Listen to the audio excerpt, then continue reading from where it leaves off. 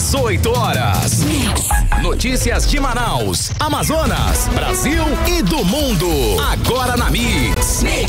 Legal, 6 horas 2 minutos em Manaus, dando sequência na melhor programação. Vamos juntos com mais uma edição do 18 horas. Eu, você e ela. Oi, Karime Leão. Oi, Carlão, boa noite. Muito boa noite para você, sintonizado aqui com a gente em 100,7. Obrigada pela sua companhia. Estamos juntos a partir de agora até às 7 da noite aqui no 18 horas. Mix.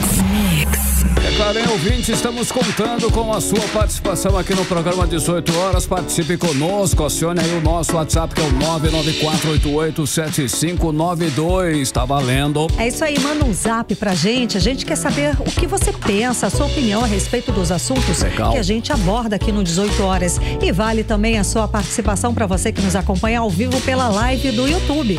Manda a sua mensagem de texto. Aí, ó, 994887592 pra você. Mix. Aí, antes de mais nada, dando aquele giro no trânsito, hein? Exatamente. Vamos saber como é que está a volta para casa. Agora às 6 horas e 3 minutos com André Meirelles. Boa noite, André. Por onde andas? Trânsito. Mix.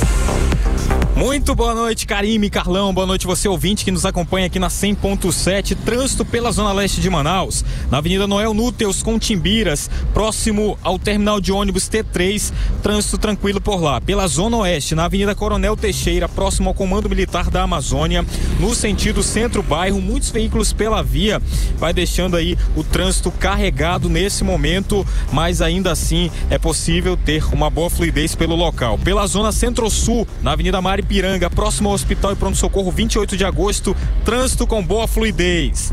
E no Complexo Viário de Flores, trânsito está ficando congestionado por lá. Esse é no sentido centro-bairro, Karime, Carlão. Obrigada pelas informações. Daqui a pouco a gente te chama de novo. Valeu, André, 6h04. 18 horas. Legal, começando 18 horas de hoje com os destaques do dia. Visita do ministro da cidade, Jader Filho, em Manaus. Corredores fizeram protesto na Ponta Negra contra a falta de segurança no trânsito. Depois dos gastos milionários no Cotão, o vereador José Ricardo pede mais transparência no uso das verbas públicas da Câmara Municipal. Presidente Lula anuncia a demissão da ministra das Mulheres, sai Cida Gonçalves e entra Márcia Lopes. Legal, 6h05, você no melhor mix do Brasil. Esses e outros assuntos, hein? Nós vamos conferindo aqui no 18 horas até às 7 da noite com você em mais uma edição. Segunda-feira hoje, em 5 de maio de 2025, está no ar só para você mais uma edição do 18 horas. 18 horas. Olha só, o ministro das cidades, Jader Filho, cumpriu a agenda hoje em Manaus. Presidente Figueiredo e Tefé nessa segunda-feira. Entre as ações estava a vistoria de obras habitacionais e entregar 400 moradias, Karime. Exatamente, Carlão. Ele também assinou o contrato para a construção de outras 400 casas populares. E durante os compromissos, o ministro foi acompanhado pelo prefeito Davi Almeida, além dos senadores Omar Aziz e Eduardo Braga. Olha, aqui em Manaus, Jader Filho visitou os canteiros de obras no Parque das Tribos, que fica lá na zona oeste da cidade, onde 576 apartamentos estão sendo construídos já. E o repórter Kennedson Paes acompanhou a agenda do ministro aqui em Manaus e traz agora os detalhes pra gente. Kennedson, foi uma manhã bem agitada, não é isso? Com certeza. Na realidade, pro ministro das cidades ainda está sendo um dia bastante agitado, Karime. Tanto é porque teve essa programação aqui em Manaus, na unidade lá no Parque das Tribos. São mais de 500 unidades habitacionais. Lá em Presidente Figueiredo foram entregues ainda há pouco 400 unidades, com assinatura também para mais 400. E além disso, a confirmação ali da construção de novas unidades residenciais lá no município de Tefé. Então, a agenda foi bastante longa. Vamos ouvir agora o ministro, que ele fala pra gente sobre os investimentos do governo federal, não apenas na Amazônia, mas também no Brasil. Vamos ouvi-lo. O programa foi retomado, o programa está avançando com muita velocidade. Nós estamos chegando perto de 1,5 milhão de casas contratadas, seja a partir dos financiamentos do Minha Casa Minha Vida, seja a partir de obras como essa aqui em Manaus, que eu quero aqui parabenizar aqui a todo o time aqui, desde o prefeito Davi, o senador Eduardo, o nosso senador Omar Aziz, ao nosso secretário Jesus. É um dos projetos mais bonitos que eu tenho visitado, Minha Casa Minha Minha Vida pelo Brasil, e nós estamos avançando esse ano com mais uma seleção de 3,5 bilhões. Com isso, nós vamos chegar a mais de 20 bilhões de reais em obras de prevenção no país, para que não aconteçam mais alagamentos, para que não aconteçam mais desbarrancamentos, que a gente não venha mais perder vidas, famílias perderem suas casas. É o que a gente deseja investindo em prevenção. Havia 87 mil unidades que estavam paralisadas. Nós já retomamos e entregamos mais de 60 mil unidades dessas aí. E vamos continuar, nós queremos zerar isso e retomar todas as obras que tiverem que ser retomadas e entregar todas as obras que estão pendentes, que foram deixadas pelos governos anteriores. 18 horas. Então são bastante anos aí, Karime, que essas obras estavam paralisadas, mas agora já estão em andamento. O prefeito Davi Almeida disse que essas obras lá no Parque das Tribos já serão entregues agora em setembro. Vamos ouvir agora o prefeito de Manaus, Davi Almeida. Estamos com esse habitacional em plena construção, obras bem avançadas, e nós vamos chegar até o mês de setembro com a inauguração desse espaço. São 576 unidades, são 4.500 unidades contratadas por ano na cidade de Manaus, e a gente vai chegar aí a um número bem expressivo até o ano de 2028, que finaliza o nosso mandato. Com isso, a gente vai diminuir o déficit habitacional da cidade de Manaus com os investimentos do governo federal, com a contrapartida da prefeitura. Nós escolhemos esse lugar porque nós já estruturamos, nós trouxemos para cá água, trouxemos para cá a energia, a iluminação de LED, trouxemos o transporte coletivo, fizemos o Prato do Povo, já preparamos com a UBS, já colocamos escola, vamos colocar creche. Então é uma área já consolidada, mesmo sendo um local muito distante do centro da cidade de Manaus. São locais como esse que nós estamos preparando, antecipando, essa questão das estruturas físicas, para que a gente possa dar dignidade às pessoas que vão vir morar aqui. 18 horas. O senador Eduardo Braga, que também estava nessa grande ação, ele mencionou sobre o tempo em que as obras ficaram paradas na gestão anterior, que o processo do Minha Casa Minha Vida foi paralisado durante algum tempo. Isso impediu que muitas unidades fossem construídas. Ele falou exatamente sobre esse progresso para o nosso estado do Amazonas. Vamos ouvi-lo. Esse processo todo começou com o encaminhamento de uma medida provisória pelo presidente Lula, que restabeleceu o novo Minha Casa Minha Vida. Porque é preciso lembrar que no governo anterior extinguiram o projeto Minha Casa Minha Vida, criaram um projeto Casa Verde e Amarela, que lamentavelmente praticamente não saiu do papel. Daí a grande carência que aconteceu, porque ficaram anos sem contratar. E outra questão importante, a solução de continuidade. Aquelas unidades que estavam sendo construídas foram paralisadas. Tanto é que nós estamos neste momento, no dia de hoje, saindo daqui, vamos a Presidente Figueiredo lançar a entrega de 400 casas que desde 2012 estavam inacabadas. 18 horas.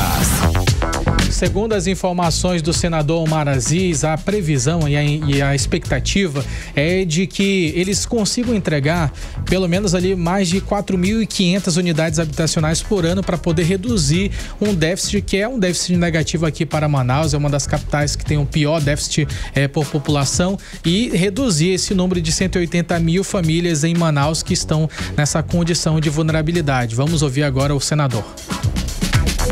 Tem que ser um trabalho constante na construção de casas. Quando eu estava no governo, a gente conseguiu reduzir bastante. Eu fiz 30 mil casas em 4 anos. Aqui são 576, fora no interior que está sendo construída, e eu espero que esse trabalho continue.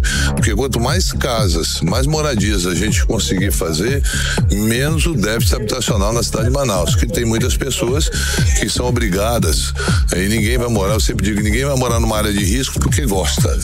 vai por necessidade. E essa necessidade muitas vezes acontece um desastre e acontecem as coisas piores. E o papel nosso, como gestor, como parlamentar, é ajudar essas pessoas a sair dessa situação de risco e dar uma qualidade de vida. E aqui, uma excepcionalidade, nós estamos em terra indígena, estão sendo construídas aqui, nos quais os indígenas terão um percentual, né, deficientes também, tanto é que o térreo é todo adaptado, e isso é importante para que toda a sociedade ela tenha inclusão com direito à casa própria através do programa Minha Casa Minha Vida. 18 horas. Conforme o próprio senador ressaltou, Karime, grande parte dessas famílias que vão habitar esse lugar são pessoas em situação de vulnerabilidade social e que já foram vítimas de desastres ambientais, Karime. Como as famílias, né, de vítimas de enchente, cada chuvada que dá, né, as casas alagam, então realmente são famílias que estão aí aguardando e precisam, né, dessa boa ação. Que bom que veio aqui toda essa situação, o ministro pessoalmente aqui na cidade, importantíssima a presença dele, junto com o prefeito Davi Almeida, com os senadores Omar Aziz e Eduardo Braga, que confirmaram toda essa entrega com aqui para Manaus e para o estado também. Obrigada pelas informações, Kennedson Paz. Valeu, Ken. Agora 6h13, você no melhor mix do Brasil. 18 horas. É só em o domingo, é marcado por protesto, isso mesmo. Vários atletas corredores se reuniram na Ponta Negra para protestar contra a falta de segurança do trânsito. Os atletas também fizeram homenagem ao rapaz Emanuel da Costa, que morreu vítima de um atropelamento durante a corrida do SESI na última quinta-feira. A gente noticiou aqui, né, Carlão? Emanuel da Costa foi um dos 5 atropelados durante a corrida do dia 1º de maio por um motorista bêbado. Ele chegou a ter a morte cerebral confirmada pelos médicos na última sexta-feira e esse sábado agora, os aparelhos foram desligados. Então tá aí a primeira morte desse caso terrível do motorista bêbado que invadiu a corrida, né, e atropelou os participantes. A repórter Nathalie Moraes, ela tem mais detalhes a respeito desse protesto que foi feito de uma forma até em homenagem à família vítima desse rapaz, não é, Nathalie? Bom, mas enfim, o que falaram os atletas, o que falaram as pessoas que participaram desse protesto, Nathalie? Boa noite. Boa noite, Karime. Boa noite, Carlão. Boa noite, ouvintes do programa 18 horas. Karime, foi um protesto marcado pela comoção, mas também pela indignação. Foram centenas de pessoas que se reuniram ali na orla da Ponta Negra, protestaram ali, né, em um dos principais pontos de encontro dos corredores aqui da nossa capital, realmente para pedir justiça em torno aí da morte do Emanuel da Costa Fernandes.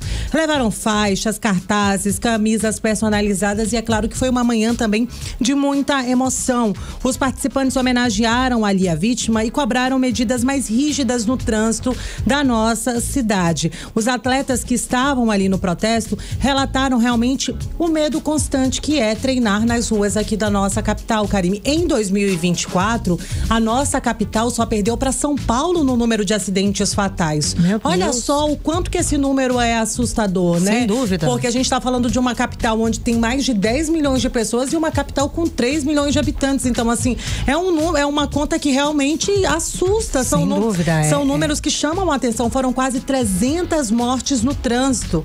Então, assim, realmente a gente precisa rever algumas situações.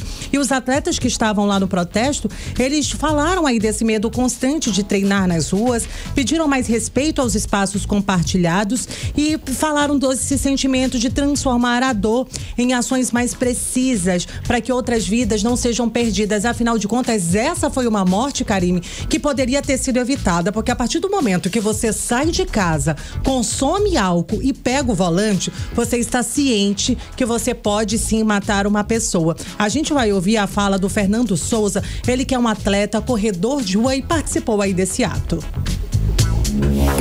condições melhores de vias para a prática de atividade física, tipo como tem a pista do ciclista. Tem que ter também ali a pista, não somente do ciclista, mas também para o corredor de rua, para não dividir. Então isso ocasiona, queira ou não, algum tipo de acidente. Então quando tem vias especiais para a prática da atividade física, então a gente deve, o poder público, não somente municipal quanto estadual, unir para oferecer essas condições de vias para a prática da atividade física. 18 horas. Karime, Carlão e ouvintes, a gente ouviu aí a fala do Fernando Souza, ele que é corredor de rua, cobrando, né, realmente para que essas pessoas tenham um espaço com mais segurança. Mas como você adiantou, Karime, quando estava me chamando, o Aleph, que foi o causador de toda essa tragédia, o condutor do veículo, né, o motorista do veículo, na última sexta-feira ele teve a prisão convertida, né? Depois que ele passou ali pela audiência de custódia, ele foi sim, ele teve a prisão convertida e ele foi encaminhado para uma penitenciária. Mas é claro, né? Ontem o corpo do Emanuel foi sepultado nesse domingo. E durante ali, né, todo aquele momento ali, os familiares pediam somente uma única coisa, Karime: justiça, né? Para que realmente a justiça seja feita. A gente vai ouvir a fala do Pedro Leonardo, ele que é irmão da vítima. E clama por justiça. A gente sabe que hoje ele pode estar preso, mas a gente sabe que a justiça brasileira, ela pode soltar em algum momento. Hoje a gente está vivendo esse luto, mas o conforto que a gente vai ter é ele pagar pelos atos dele. A gente não quer mal, a gente não quer mal para ele. A gente só quer que ele pague pelo que ele fez, porque hoje a gente está de luto. Uma família perdeu um ente querido de uma forma assim inesperada. A gente não teve nem momento assim de se despedir dele. 18 horas. Karime e Carlão, nós ouvimos aí a fala do Pedro Leonardo, irmão do Emanuel, que infelizmente perdeu a vida aí nesse trágico acidente. Só que o Emanuel foi uma das 4 vítimas. As outras 3 vítimas, Karime, a gente recebeu a informação de que uma das vítimas passou por uma cirurgia para colocação de placas nas pernas, né? Estava internado, mas sem risco de vida no Hospital Adventista, e que as outras 3 vítimas teriam sido liberadas. Mas é claro que a gente vai continuar acompanhando toda essa situação e, é claro, cobrando que a justiça realmente seja feita em torno desse caso. Obrigada, Nathalie Moraes, e nossa solidariedade à família do rapaz, né? Nossas condolências. Infelizmente perdeu a vida nesse acidente trágico. E como você disse, né? É uma situação que poderia ter sido evitada. A pessoa que bebe sabe que perde os reflexos, gente. Não é a mesma coisa. Vai fazer besteira. Exato, né, Carlão? Chama um Uber. Quando ele fez o teste do bafômetro, Karime, só para uma curiosidade, né? O teor de álcool no sangue dele era 32 vezes maior do que o que é permitido. Você imagina o quanto essa pessoa estava embriagada. Ou seja, obrigada, Nathalie. Pois é, pelas informações. Ou seja, né? É urgente que acidentes dessa natureza, de trânsito, assim, sejam punidos e de forma severa, porque a maioria desses crimes seguem impunes. Esse rapaz, o Aleph, tá lá na penitenciária, mas é um caso em 1 milhão, né, Carlão? A gente cansa de noticiar aqui. Quando, né? Também tem isso. A maioria desses crimes seguem impunes e os responsáveis não são penalizados. E nos raros casos, quando são, as penas são muito leves, o que não impede que outros acidentes graves por irresponsabilidade, como embriaguez, aconteçam. E temos inclusive exemplo, né? Um fim de semana depois desse trágico acidente envolvendo os atletas de uma corrida, uma motorista que dirigia uma BMW avançou o sinal vermelho e bateu em outro veículo na manhã desta segunda-feira. 3 pessoas ficaram feridas. E o pior, testemunhas afirmaram que a motorista apresentava também sinais de embriaguez. Segundo as testemunhas, estava bêbada mesmo. Bom, o outro veículo era uma picape, onde estavam 2 pessoas. Ambas tiveram ferimentos leves e foram atendidas por SAMU lá no local mesmo e liberadas em diante. Bom, a condutora da BMW se feriu de forma mais grave e teve que ser encaminhada para uma unidade de saúde para um atendimento especializado. E como você falou, as testemunhas informaram para a polícia que ela apresentava sinais de embriaguez. Bêbada. Ou seja, é um risco para a pessoa que sai assim e para outras. Com certeza. Nós entramos no Maio Amarelo, Karime, um alerta para conscientizar motoristas e pedestres pedestre sobre a urgência de um trânsito mais humano. A campanha chega exatamente na hora que Manaus acompanha o estado de saúde dos 5 atletas que foram atropelados durante a corrida do dia 1º de maio. Uma delas, inclusive, teve a morte cerebral, conforme nós já falamos até agora sobre esse assunto. Isso aconteceu, foi na última sexta-feira, hein, Karime? E os aparelhos desligados no sábado agora. Bom, a OAB do Amazonas lidera essa campanha aqui com ações educativas, culturais e muito diálogo com a sociedade. A abertura oficial aconteceu agora há pouco, às 5 da tarde, lá na praça, lá no Largo São Sebastião, no centro da cidade. O repórter André Meirelles está lá, conversa ao vivo com a gente. Vamos saber como é que está o começo da campanha. Boa noite, André Meirelles. Como é que estão as ações por aí? Muito boa noite mais uma vez, Karime, Carlão, boa noite a você, ouvinte que nos acompanha aqui na Mix Manaus 100.7, também nas redes sociais. A gente está aqui nesse evento que acontece no Largo de São Sebastião, aqui no centro, bem em frente ao Teatro Amazonas, para o lançamento do Maio Amarelo, né? Com o tema Desacelere, seu bem maior é a vida. E quem vai trazer mais detalhes pra gente é o vice-presidente do Instituto Municipal de Mobilidade Urbana, Edson Leda Júnior. Então, é uma campanha, né? Uma iniciativa importante para esse mês de maio. Exatamente, nós estamos aqui a convite da OAB Amazonas, que também entendeu a importância de nós preservarmos vida no trânsito. Então esse trabalho que tem sido feito de forma transversal com vários entes, tanto do estado quanto da federação e assim mesmo também como do município, nós temos trabalhado para fazer o máximo possível pela população a fim de trazer segurança e diminuir as mortes no trânsito. Por isso o tema desse ano é Desacelere, o seu bem maior é a vida. A gente está aqui hoje com o lançamento do Maio Amarelo do Detran, da Polícia Rodoviária Federal, né? Mas quarta-feira acontece, né, vice-presidente, essa campanha oficial, lançamento da campanha oficial do Instituto Municipal de Mobilidade Urbana. Exatamente, na quarta-feira estaremos ali no Gigante da Floresta fazendo o lançamento da nossa campanha do Maio Amarelo municipal, com todos, também convidamos obviamente os entes que fazem parte do Sistema Nacional de Trânsito, que é tanto a Polícia Rodoviária Federal quanto o Detran, o BPTran, outros órgãos que estejam interessados também em salvar vidas. O SAMU vai estar presente, Visa Manaus, todos esses órgãos que cooperam para a segurança do cidadão, seja ele motorista, seja ele pedestre, porque nós precisamos de todas as formas. É inadmissível nós vivermos numa capital do país e ainda temos a quantidade de mortes que nós temos no trânsito. Por isso nós temos trabalhado incessantemente para que esse número diminua cada vez mais e nós possamos ter, talvez não o ideal, mas o mínimo aceitável. Obviamente que todas as vidas importam, mas a gente tem que diminuir, reduzir isso daí até chegarmos no nosso alvo, que é 0 mortes no trânsito. Muito obrigado. A gente conferiu a fala do vice-presidente do Instituto Municipal de Mobilidade Urbana, Edson Leda Júnior, aqui diretamente do Largo de São Sebastião, onde fica o Teatro Amazonas, aqui no centro, na capital amazonense, Karime, Carlão. E por aqui tá tendo esse evento. Então você aí que quer participar, né, dessa conscientização de Maio Amarelo, né, dessa campanha que vai ter temas importantes como respeitar os limites de velocidade, usar o cinto de segurança, não dirigir após consumir bebidas alcoólicas, é uma das, né, ações que acontece aqui de conscientização para todos os condutores e também futuros condutores. Daqui a pouco, ainda não começou, viu, Karime, Carlão, mas daqui a pouco vai começar essa solenidade. Está participando aqui a COSAMA, a Polícia Rodoviária Federal também está aqui no local, o Detran. Então tem todos os órgãos municipais e estaduais reunidos aqui para o lançamento dessa campanha Maio Amarelo, Desacelere, seu bem maior é a vida. Então também quem puder comparecer aqui, né, para essa campanha de conscientização no trânsito, como a gente está abordando esses assuntos, esses temas, né, como a gente falou desses acidentes agora há pouco que aconteceu, que fatalizou aí várias vítimas aqui na capital amazonense. Então o objetivo maior mesmo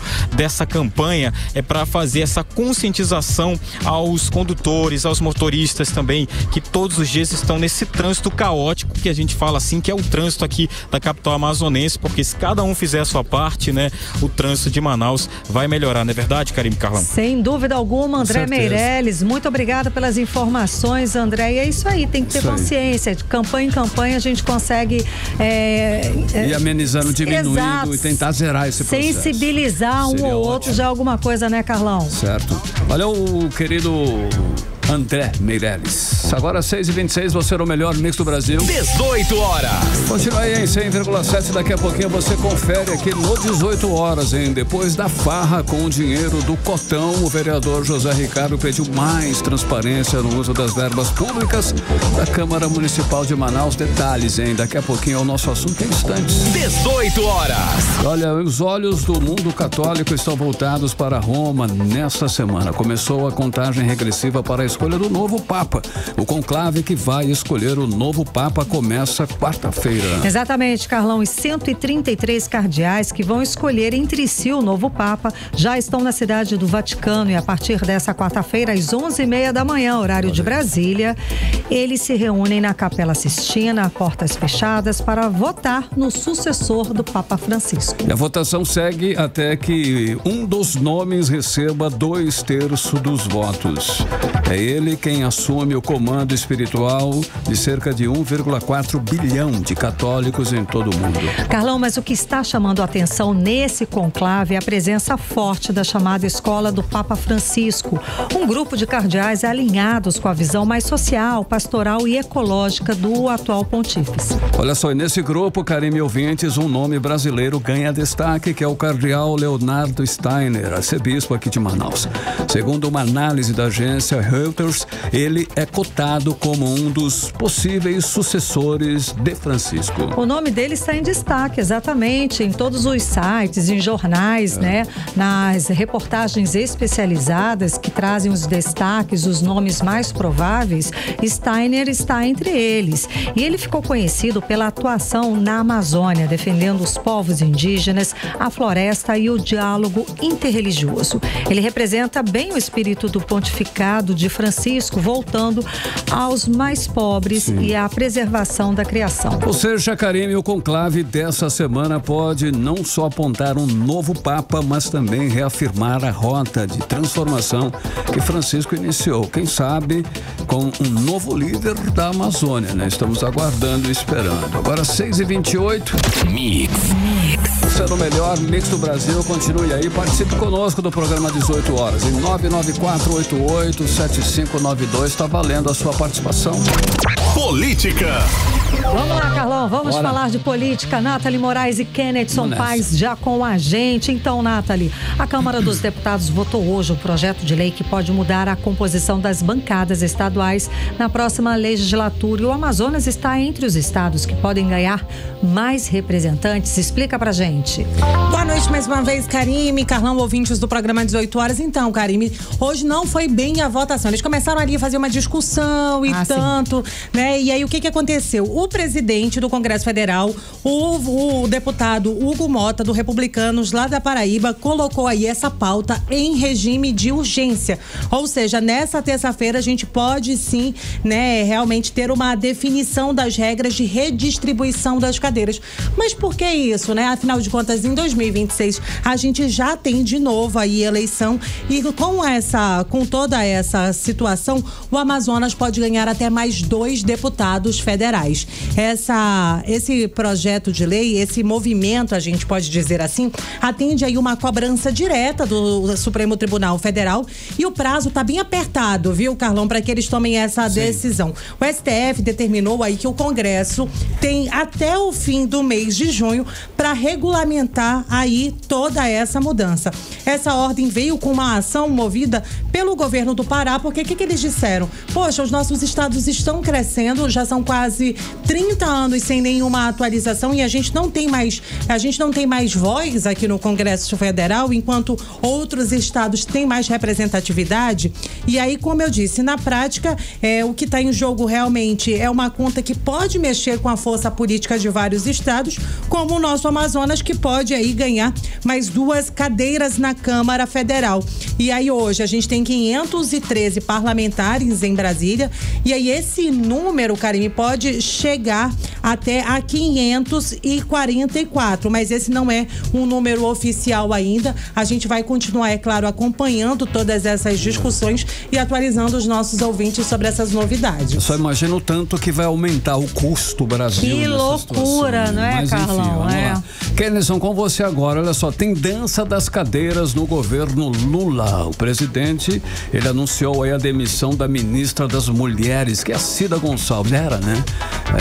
A gente já sabe por qual razão, por que causa, motivo. Então, Carlão, tudo supostamente teria acontecido após ali um possível desentendimento com a primeira-dama, né, a Janja. A Janja, inclusive, evitou participar de um evento lá na ONU com a ex-ministra em março. Então, desde lá, já era esperado que acontecesse essa troca, mas não foi revelado especificamente qual teria sido o motivo. Então, saiu a da Cida Gonçalves e aí o presidente Lula, ele nomeou a Márcia Lopes para comandar a pasta. Essa exoneração e também a nova nomeação foram publicadas ainda nesta segunda-feira na edição extra ali do Diário Oficial da União. A Márcia, para quem não sabe quem é ela é petista, ela é assistente social e também foi ministra do Desenvolvimento Social do segundo mandato de Lula, também participou do governo de transição. Ela é irmã do Gilberto Carvalho, que é ex-ministro também de Dilma, ex-presidente Dilma, e essa saída de Cida, como eu já falei, Carlão, ela era bastante especulada por conta da situação com a primeira-dama Janja, mas como mencionei, não foi revelado o motivo específico para que isso acontecesse. Agora, o que chama a atenção é porque foram duas trocas do governo Lula em 2 semanas, então de fato isso tem chamado bastante atenção. A primeira foi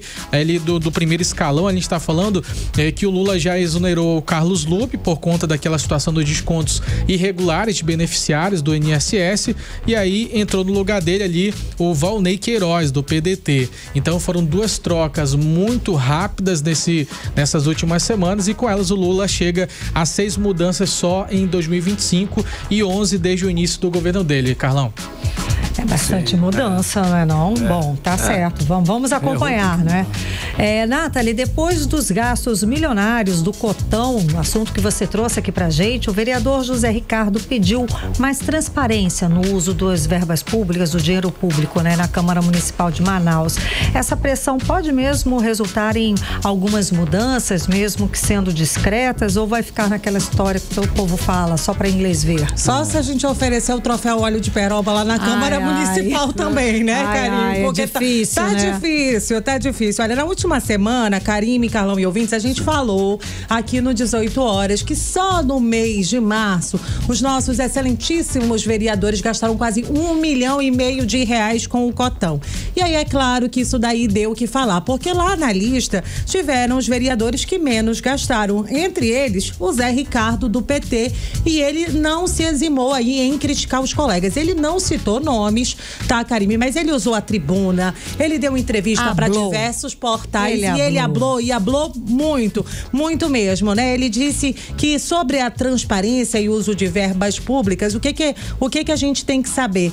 O povo tem que cobrar mesmo, porque o que existe lá na Câmara Municipal de Manaus, segundo o governador José Ricardo, são gabinetes fantasmas. Ele disse que muita gente lá recebe verba, mas não mostra retorno no seu trabalho e serviço para a população. Ele disse que tem gente que usa ali toda a verba de gabinete e aí quando você abre a porta não existe ninguém. E enquanto isso tem muito vereador dizendo aí que está nas ruas fiscalizando, mas trabalho de fato a gente não vê. Só que, como eu disse anteriormente, né? Ele fez essas críticas aí sem citar ninguém. E aí ele também falou, é claro, da importância das verbas parlamentares, como a verba de gabinete aí do chamado Cotão, mas ele falou não somente do custo, do alto custo, mas sim da falta de resultados. Para ele, o mínimo que a nossa sociedade deve exigir é que pelo menos a gente possa ver os nossos vereadores trabalhando em prol do cidadão, e ele disse que isso daí não acontece entre os 41 vereadores que estão ali dentro da Casa Legislativa. Como eu disse, né, ele falou muito mesmo, ele fez um alerta, mas que a gente pode dizer, é um alerta que faz sentido, né, Karine? Afinal de contas é dinheiro público, é dinheiro nosso. Quem dera se tivessem metas para serem cumpridas e a pessoa só receberia o cotão se cumprissem as metas. Seria maravilhoso apresentar projeto de trabalho, apresentar planilha de custos. Sim. E aí sim vai recebendo. E aí, só pra gente ter uma ideia, né? Cada vereador, cada um dos 41 vereadores pode contratar até 50 funcionários com verba de gabinete. O que gera ali uma renda no mínimo de R$100 mil por mês. E aí você imagina, né? Quem é que paga tudo isso, né? Realmente, é um tema sensível, porque afinal de contas a gente está falando de algo que coloca em xeque o compromisso dos vereadores com a transparência. A gente volta a lembrar, né? Ele ficou no topo, o vereador Pai Amado, e os maiores gastos foram com o quê? Com publicidade nas redes sociais. Autopromoção. E aí ia perguntar para o contribuinte, para você, cidadão, você acha que é o melhor uso desse dinheiro, do dinheiro público? Eu acho que não. Eu também não. Vamos lá. Eu também não. Olha só. Bom, o ex-presidente Jair Bolsonaro, sabemos, né, que ele recebeu alta médica na manhã desse domingo, 4, ou seja, ontem, depois de 3 semanas internados lá no hospital em Brasília. Agora, Ken, o hospital já divulgou alguma coisa sobre o boletim médico, sobre a alta do Bolsonaro? Então, Carlão, ele ainda não divulgou nenhuma nova atualização sobre, de fato, os detalhes, né, que resultaram para que o presidente ex-presidente Bolsonaro, ele recebesse essa alta médica agora no domingo. Agora são 3 cirurgias que foram 3 semanas internados aí por conta dessa situação. Novamente, problemas que ele recebeu por conta daquela facada lá no passado, quando ele ainda tentava a candidatura à presidência da República. E o procedimento que ele fez agora durou mais de 10 horas, envolveu a retirada de aderência, reconstrução da parede abdominal, enfim, foi algo realmente bastante cansativo. Difícil, quem acompanhava as redes sociais dele sabia o quanto a situação era dramática. Sim. Até eu acho que foi bastante explorada essa imagem. Umas cenas muito chocantes, de bem repente chocante. Dispensáveis. Chegaram até a pensar não sei, até que ele fosse partir dessa para melhor. Muitas pessoas acreditavam. As imagens eram pesadas. Aí foram 17 dias de UTI, onde o ex-presidente ele permaneceu em observação, não se alimentava, né, normalmente até o dia 29 de abril. Ele deixou a UTI agora no dia 30, mas continua o tratamento em um quarto até essa alta de domingo agora. O hospital, como mencionei, ele não repassou nenhuma atualização sobre o estado de saúde atual do ex-presidente, mas dá pra gente entender que ele está bem, se ele recebeu teve alta pelo menos. Exato. Obrigada, Kennedson Paes, Nathalie Moraes. Valeu, Ken. Valeu, Nathalie. 6h38. Você era o melhor mix do Brasil. 18 horas.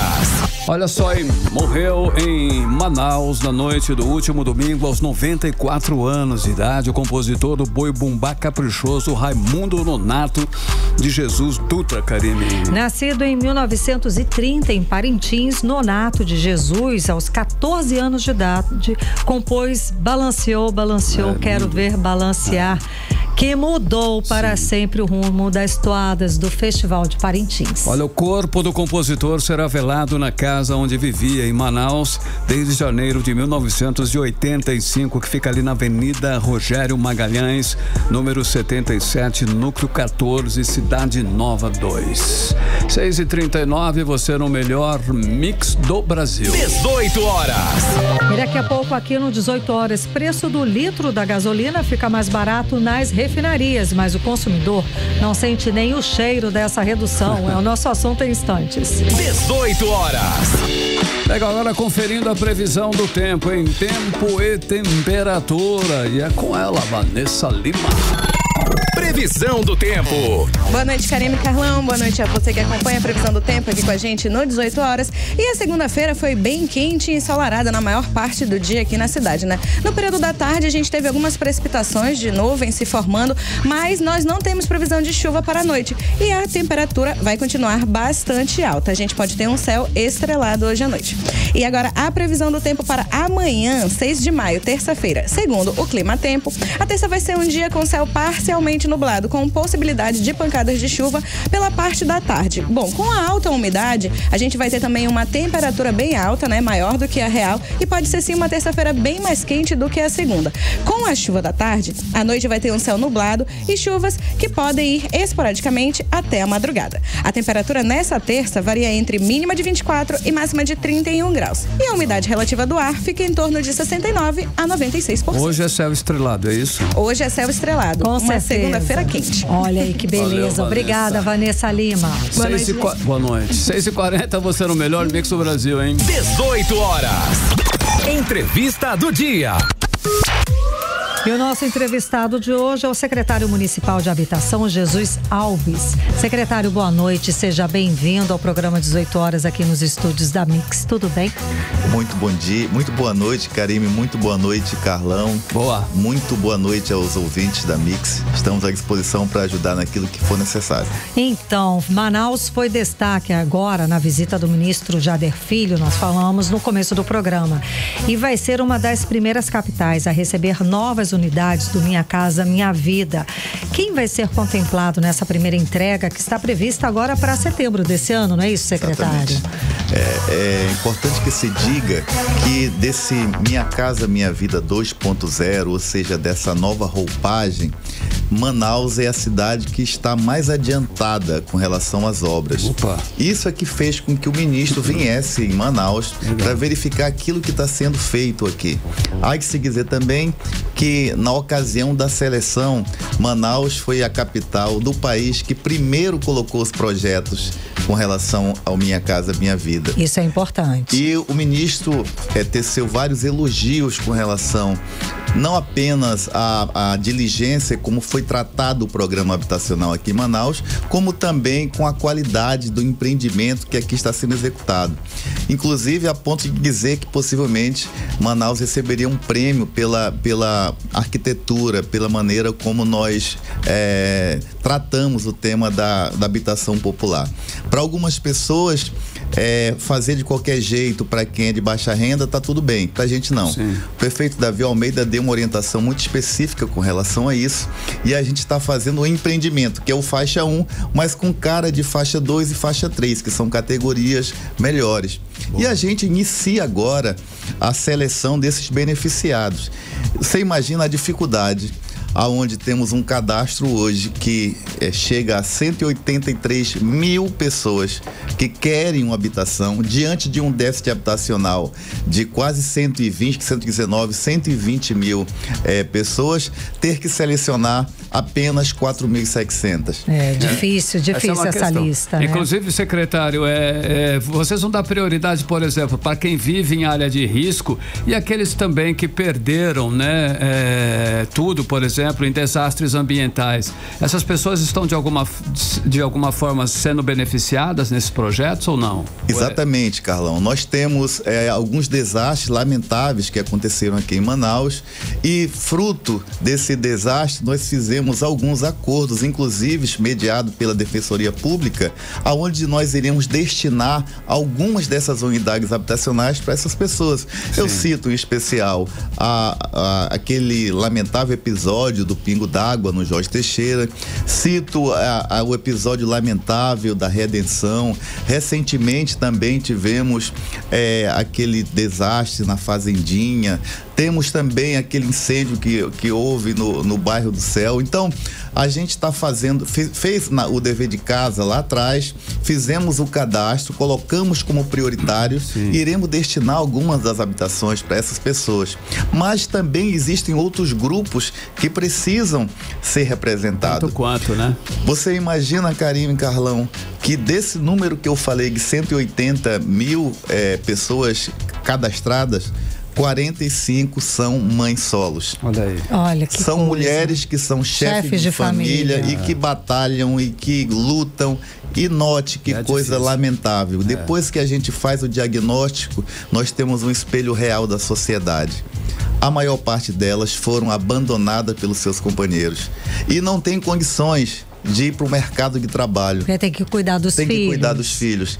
E são alcançadas pelo Bolsa Família, são alcançadas pelo auxílio. Certo. Isso significa dizer que é praticamente um regime de escravidão para essas famílias, porque elas lá estão, possivelmente darão poucas oportunidades para os seus filhos e possivelmente os filhos dos filhos também. Estarão nessa linha da pobreza. Nesse ciclo, né? Nesse ciclo que não se rompe. São várias gerações. Tem alguns estudos de economistas que dizem que uma família no Brasil que sobrevive na linha da pobreza, leva-se 9 gerações para ascender até a classe média. Difícil. Que terrível. Então, difícil mesmo. Então, esse programa Minha Casa Minha Vida é uma alternativa para a gente achatar, reduzir esse tempo, de maneira não apenas a dar uma unidade habitacional, mas também dar esperança, dar a possibilidade daquela família entrar, essa é a palavra, Carlão, entrar no mercado de trabalho,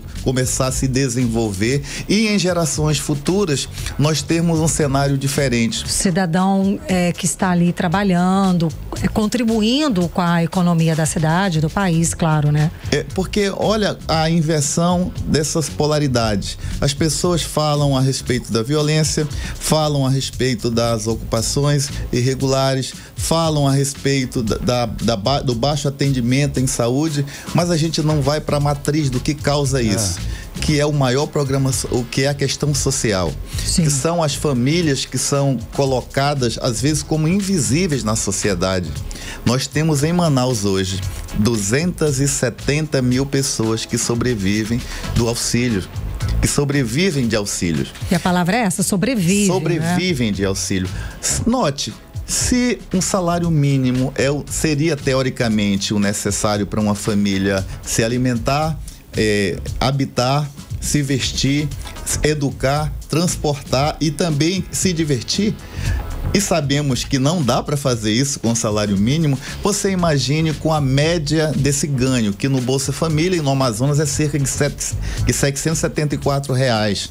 Então, essas famílias realmente precisam ser ajudadas. Então, a gente só vai conseguir tratar esses problemas sociais se nós formos na matriz. A gente na tem base, oportunidade, né? Na base. E é isso que nós estamos fazendo. O ministro ficou muito satisfeito com aquilo que nós colocamos, porque o que ele nos falou, a gente fica muito feliz quando a gente aplica recurso em algum local e a gente vê que a coisa está acontecendo, que está andando, que a gente tem um regime de entrega interessante. A gente entregará, Carlão, em setembro 576, se Deus assim permitir. Mas em dezembro entregaremos mais 576. E aí em seguida mais 576, são 9 empreendimentos que estão em andamento. E secretário, além dessas unidades, está então incluído nessas unidades que o senhor está falando que vão entregar a Casa Manauara? Não, o Casa Manauara é um programa de reformas da Prefeitura de Manaus. O programa Minha Casa Minha Vida é um programa... o de entrega do programa junto com o governo federal. Mas nós temos paralelo a esse programa outras soluções, tal qual o Casa Manauara, que é o programa de reforma das casas, o Manaus Legal, que é o programa de regularização fundiária, que é fundamental. Note, a regularização ou a falta de regularização está intimamente ligada à pobreza. Então, quando você regulariza uma área, você não está apenas titulando aquela área, você está levando equipamentos públicos, você está melhorando também o viário daquela região. Então, você está retirando e colocando dentro daquela rua, daquelas pessoas... Numa estrutura social urbana digna, né? Levando, na verdade, cidadania. Isso é bom. Entendi. E a ideia é ampliar esse projeto, o Casa Manauara, ainda mais? O Casa Manauara está sendo ampliado. A gente, esse ano, já entregamos cerca de 300 casas reformadas. Pretendemos entregar mais cerca de 1.000 unidades reformadas e é muito interessante. A gente chega numa casa e a gente nota que aquelas pessoas estão meio sem vida, meio sem ânimo. A gente reforma. E eu normalmente retorno algum tempo depois naquelas casas para perguntar, saber como estão aquelas casas. Notem, a maior parte deu um jeito de comprar uma geladeira nova. A maior parte conseguiu fazer, coloca fazer uma renda, aí bota uma rendinha no sofá dela. A gente percebe que não foi apenas a casa que foi reformada, não. É a vida. trouxe de volta a esperança de dias melhores. Dignidade. As pessoas precisam autoestima, de pronto, isso é essencial.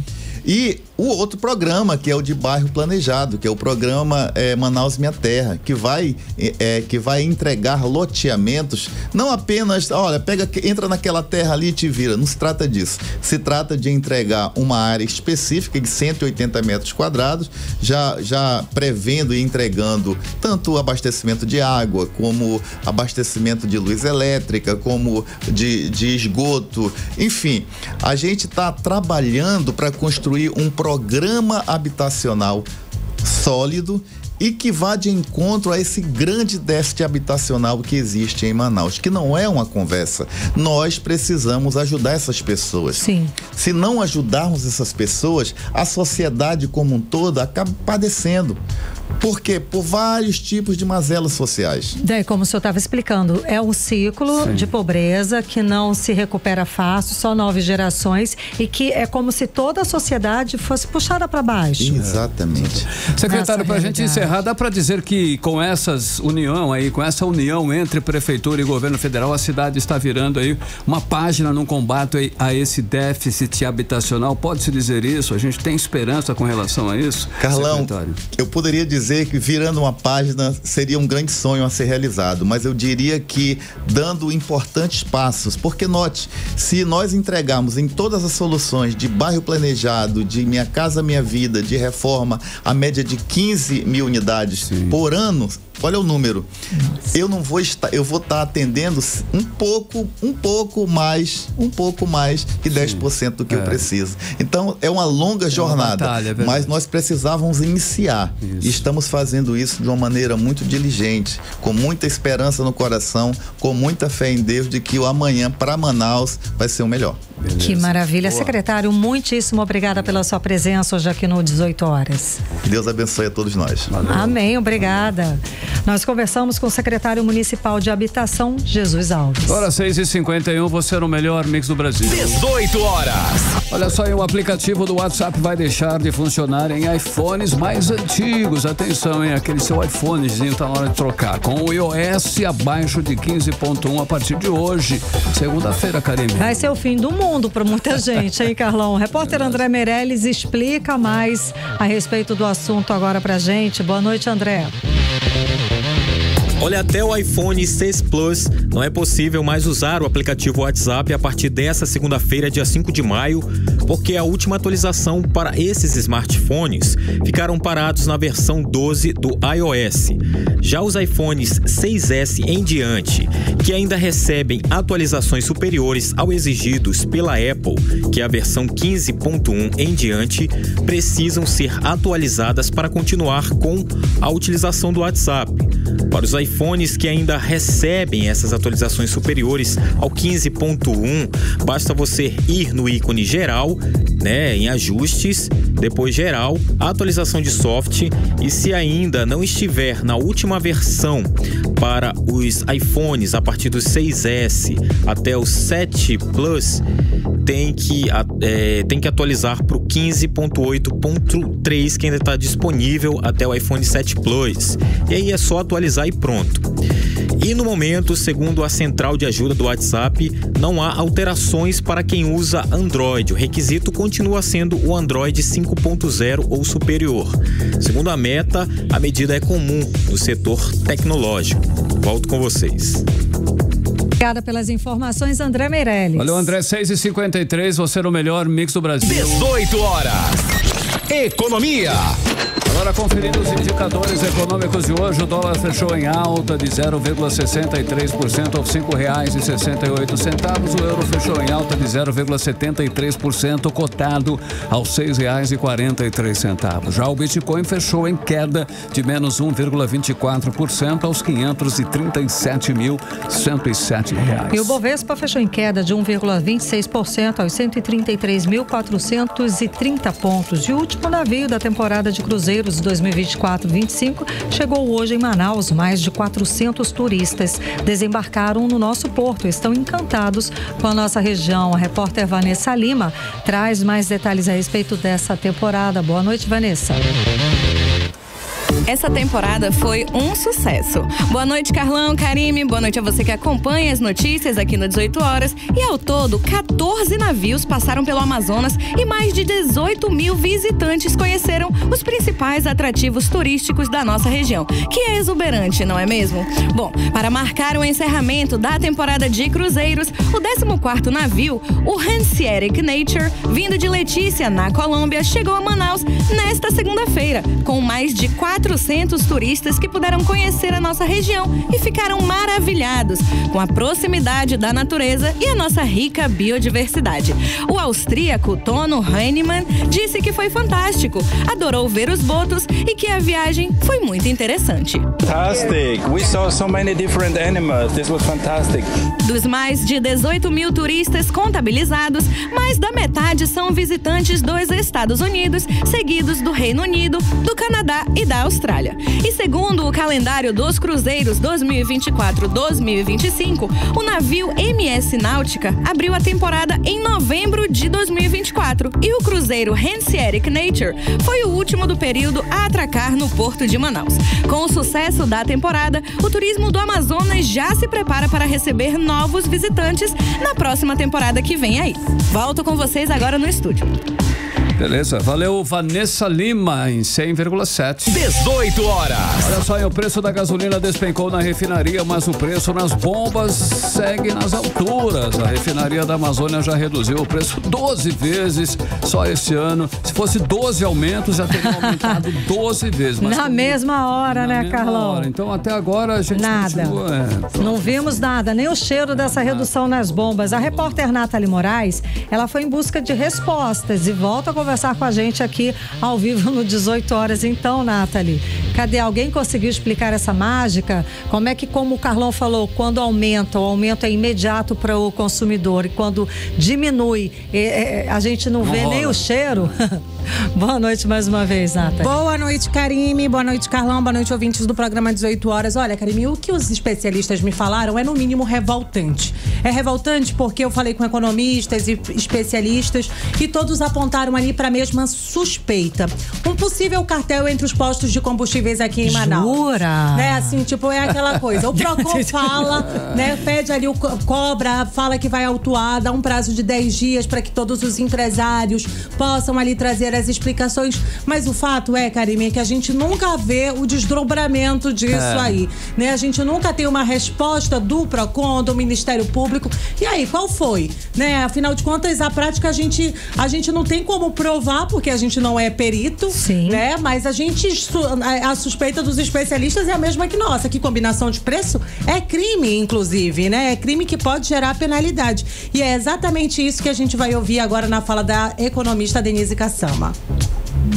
Esse mercado, ele é meio que cartelizado em Manaus, né? Prova disso é que 99% dos postos cobram exatamente o mesmo valor dos combustíveis, né? Tanto a gasolina quanto do diesel. Então, e essa prática, a prática de cartel é uma prática ilegal, mas é difícil de você, apesar de óbvio, é difícil de comprovar que houve um conluio ou na rede de distribuição ou na rede de varejista, né? Então é ruim, né? Quem perde, na verdade, é o consumidor. Eu acho que tem mais aqui denunciar, mas até onde eu conheço, o Procon, o órgão fiscalizador, não tem força, ou não teve até agora força para coibir tal prática. 18 horas. Karime, é difícil, né? Como apontou aí a economista Denise Kassama, porque a gente segue pagando R$ 7,09. Temos a gasolina mais cara do Brasil, a gente só perde aí pro Paraná e pra Roraima, né? E aí a gente fica em primeiro lugar e os outros dois colocados são Paraná e Roraima. E aí, enquanto os postos mantêm ali os preços elevados, mesmo com as reduções nas refinarias, o que a gente tem realmente são indícios de combinação de valores, e isso, como eu disse, fere realmente a lei da concorrência, o que pode sim configurar a prática de cartel se os nossos órgãos fiscalizadores realmente forem mais a fundo. Tá ótimo. Enquanto isso, nada de perceber esse Como o Carlão disse, né? Se fosse 12 aumentos, a gente já tinha sentido, olha, isso aí fazia tempo, né? Agora, redução tá difícil a gente sentir. Obrigada, Nathalie Moraes. Valeu. 18 horas. Karine, vamos dar um giro no trânsito, né? Fechando 18 horas. Vamos lá, vamos voltar a falar com o repórter André Meirelles. André, então, estamos chegando aí ao fim de um feriadão prolongado. Como é que foi o balanço das fiscalizações, André? Trânsito.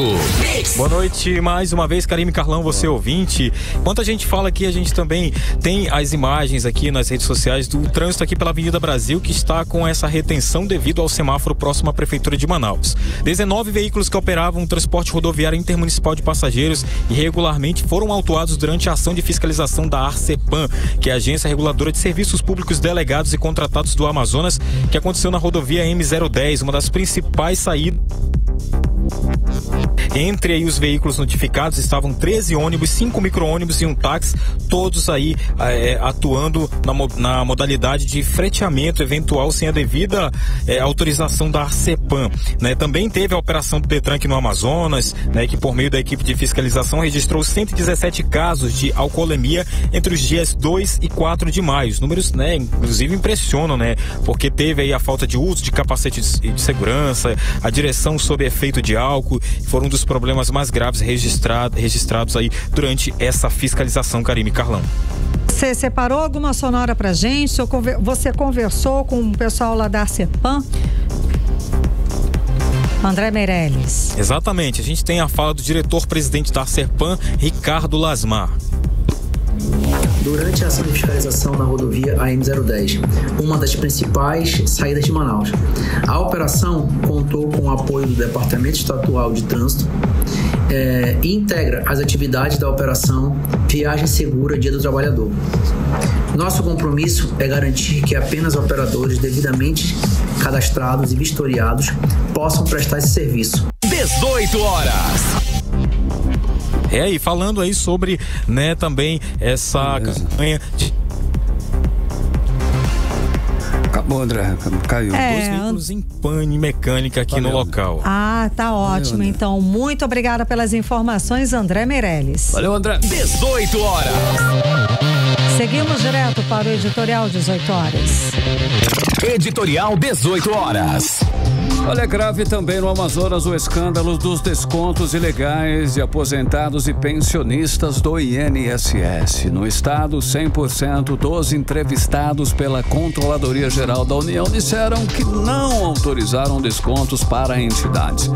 Relatório da Controladoria de 2024 já apontava os descontos não autorizados em aposentadorias e pensões. Todos os 49 entrevistados pela Controladoria Geral da União no Amazonas disseram que não autorizaram descontos nenhum. Pelo menos uma das entidades associativas investigadas, segundo a Polícia Federal, atua como uma de suas sedes aqui em Manaus. A entidade nega as irregularidades e disse ainda que defende as investigações. Já a Polícia Federal aponta que a entidade atuou sem cumprir os requisitos exigidos para realizar descontos em benefícios previdenciários. 18 horas. Segue assim, né, Karine? 7:03, você no melhor mix do Brasil. Obrigada pela companhia, um beijo, até amanhã. Você ouviu 18 horas. As notícias do Brasil e do mundo. De volta amanhã. Mix.